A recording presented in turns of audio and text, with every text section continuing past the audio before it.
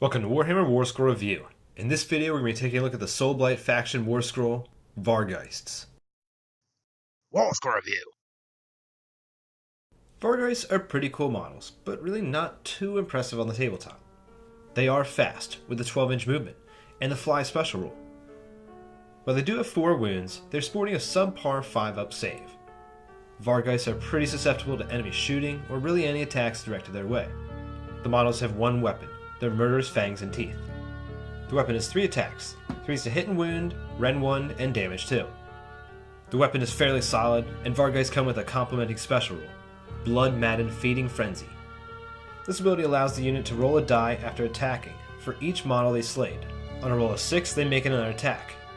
This ability is a nice bonus, but really shouldn't be relied upon. The Vargheist unit champion, the Vargheists, does offer an extra attack, giving the minimum sized unit of 3 models 10 attacks. For those 3 models, the death player will be paying 160 points. A maxed out unit of 12 will cost the player over 600 points. This large unit of Vargheists will be very expensive and very fragile, meaning it is not likely the best way to field Vargheists. In a Soulblight faction, they can be fielded as battleline, and they are in fact their cheapest option.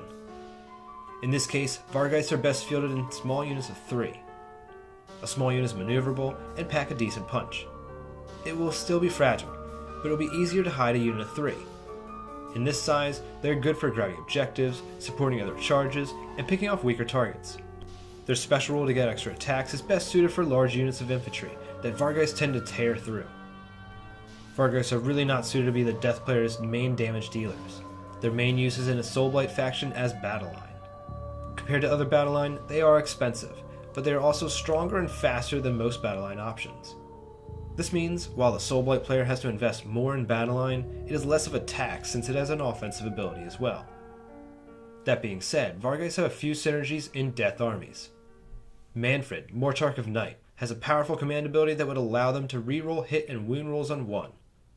A Vampire Lord on foot also has a noteworthy command ability. This one would add an extra attack for each Vargheist in a targeted unit.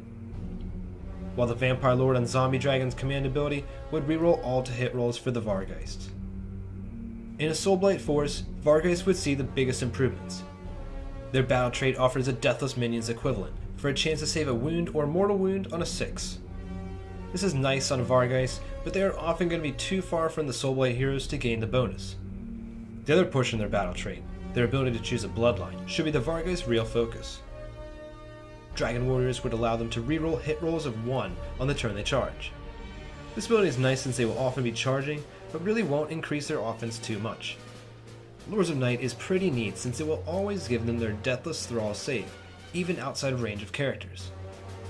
Swift Death, however, is likely the best option to choose. This bloodline offers the Vargheists 2 more inches to their movement. It doesn't sound like much of a boost, but 14-inch Vargheists are really getting around, especially when running can move them up to 20 inches. Also in a Soulblight faction is the artifact Sigil of the Sanguine Throne. Since Vargheists have the vampire keyword, they may be allowed to reroll their charge rolls when within 12 inches of a character bearing the sigil. Obviously, there are a few ways to augment the Vargheists' abilities, but they're probably better left alone. They work fine on their own, and really don't benefit too much from other special rules. Vargheists receive a 3 out of 5.